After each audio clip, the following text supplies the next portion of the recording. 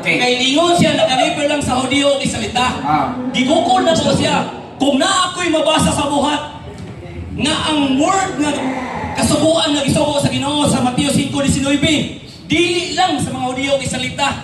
Nga apil sa mga Hintil. O yun ba siya na nasipyat siya? Counter objection, Mr. Moderator. Counter objection. Counter objection, Mr. Moderator. Ang iyong question ka ganina, appeal ba?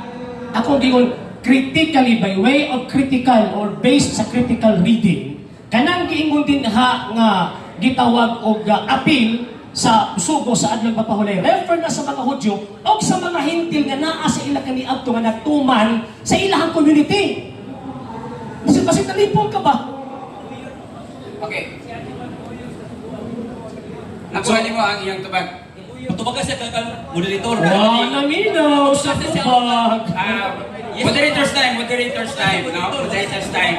So, kung mulabay ganita o pangutana, kinahanglan nga maminaw ta sa tubag. Kay ang dili pwede nga naay pangutana tapos ang pikas mutubag, kanya ikaw busy na ka o katiman sa imong follow-up question. So, ang tubag sa pikas dili na nimo madungog. So, ang ako ang request lang sa inyong both sir, nga kung mutubag gani ang pikas, palinaw ka. Dili ta mo magkarakara o prepare sa next question na to para makuha na to iyang tubag para makahanay katarong sa imong follow-up question. And Okay? point of order, Mr. Moderator. Ang samo ang gisgutan, otoridad sa pag-implementar Mo gani. sa adlaw ipapahulay. Wata pa magtopic anang isa din nagsunod ng sugo. Ako na ipaklaro, Mr. Moderator. Okay. Ato ipakano kay bidagan na sa sugo eh. So gusto na ko ibalik sa tawag in linya ba kinhiwi naman. Katulog, Mr. Moderator. Okay. So, atong inayon og balik ha. So, panahon pa ba nimo sa pag-cross-examine, palihog og hanay og tarong sa imong question, and then mutubag ang negative, kinahanglan maminaw tag sakto para dili siya magbalik-balik og tubag sa imong question. Moderator, ang akong concern, wala sila tubag sa kategorikal.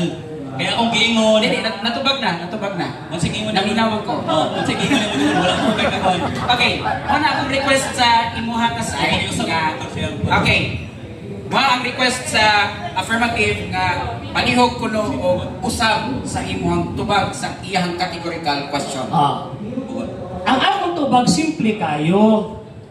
Kung magbase ka sa Biblia based sa critical reading, ang balaod gisakop ang mga Hudyo pinakauna o katong mga dili Hudyo